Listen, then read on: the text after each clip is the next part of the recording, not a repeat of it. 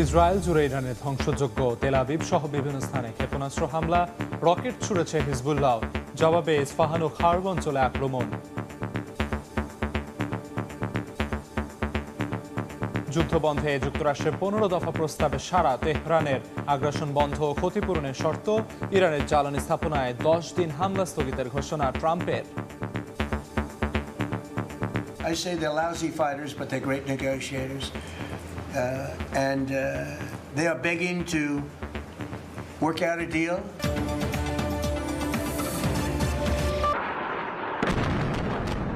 যেদিকেই চোখ যায় শুধুই ধ্বংসচিহ্ন। স্থানীয় সময় বৃহস্পতিবার ইসরায়েল জুড়ে ব্যাপক হামলা চালিয়েছে ইরান। রাজধানী তেল আবিব থেকে শুরু করে কাফর কাশেম, হাইফা, গানি, তিকভা সহ বিভিন্ন এলাকায় ইরানের ক্ষেপণাস্ত্র ও রকেটের আঘাতে বেশ কিছু আবাসিক ভবন ক্ষতিগ্রস্ত হয়েছে। অনেক যানবাহনে আগুন ধরে যায়।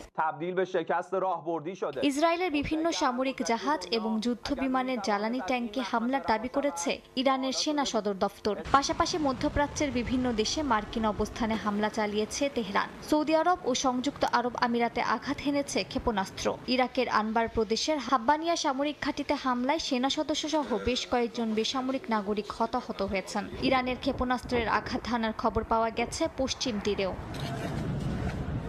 ইরানের ইস্পাহানের একটি অপটিক্স ইন্ডাস্ট্রিজের ভবনে হামলা চালিয়েছে ইসরায়েল। হামলা হয়েছে খার্ভ অঞ্চলেও। আইআরজিসির নৌবাহিনীর প্রধান রিয়ার অ্যাডমিরাল আলী রেজা তাংসিরির হত্যা যুক্তরাষ্ট্র ও ইসরায়েলের বন্ধুত্ব ও সহযোগিতার উৎকৃষ্ট উদাহরণ বলে দাবি করেছেন ইসরায়েলের প্রধানমন্ত্রী বেনিয়ামিন নেতানিয়াহু। এদিকে যুদ্ধবিরতি চুক্তি করতে ইরান মরিয়া হয়ে আছে বলে দাবি করেছেন মার্কিন প্রেসিডেন্ট ডোনাল্ড ট্রাম্প। মন্ত্রিসভার এক বৈঠকে ট্রাম্প বলেন, যুক্তরাষ্ট্র ইসরায়েলের বিরুদ্ধে যুদ্ধে প্রতিরক্ষা ব্যবস্থা পুরোপুরি ধ্বংস হয়ে যাওয়া নিরুপায় ইরানের কাছে যুদ্ধবিরতি ছাড়া আর কোনো পথ খোলা নেই। ইরানের কাছে স্থায়ীভাবে পারমাণবিক আকাঙ্ক্ষা ত্যাগের এবং নতুন পথে অগ্রসর হওয়ার সুযোগ রয়েছে। আমরা দেখব তারা তা করতে চায় কিনা। যদি না চায়, আমরা তাদের জন্য সবচেয়ে বড় দুঃস্বপ্ন উপহার দেব। আমরা অবিরাম তাদের উপর হামলা চালিয়ে যাব। তারা এ বিষয়ে কিছুই করতে পারবে না। চলমান যুদ্ধের অবসান ঘটাতে এবং শান্তি আলোচনায় নিজেদের সদিচ্ছা প্রমাণ করতে ইরান যুক্তরাষ্ট্রের 10টি তেলবাহী ট্যাঙ্কার হরমুজ প্রণালী অতিক্রমের অনুমতি দিয়েছে বলে দাবি করেছেন মার্কিন প্রেসিডেন্ট। তিনি ইরানের এই পদক্ষেপকে উপহার ও ভালো ইঙ্গিত হিসেবে অভিহিত করেছেন।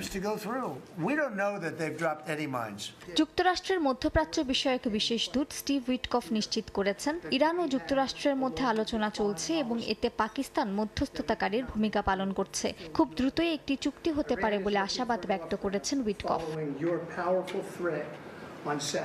এদিন ইরানের জ্বালানি স্থাপনায় হামলা আরও 10 দিন স্থগিত রাখার ঘোষণা দিয়েছেন যুক্তরাষ্ট্রের প্রেসিডেন্ট ডোনাল্ড ট্রাম্প। সামাজিক যোগাযোগ মাধ্যম ট্রুথ সোশ্যাল এক পোস্টে এ ঘোষণা দেন তিনি। পোস্টে ট্রাম্প জানান, ইরান সরকারের অনুরোধে দেশটির জ্বালানি স্থাপনায় হামলা যুক্তরাষ্ট্রের স্থানীয় সময় 6 এপ্রিল রাত 8টা পর্যন্ত স্থগিত রাখার সিদ্ধান্ত নেওয়া হয়েছে।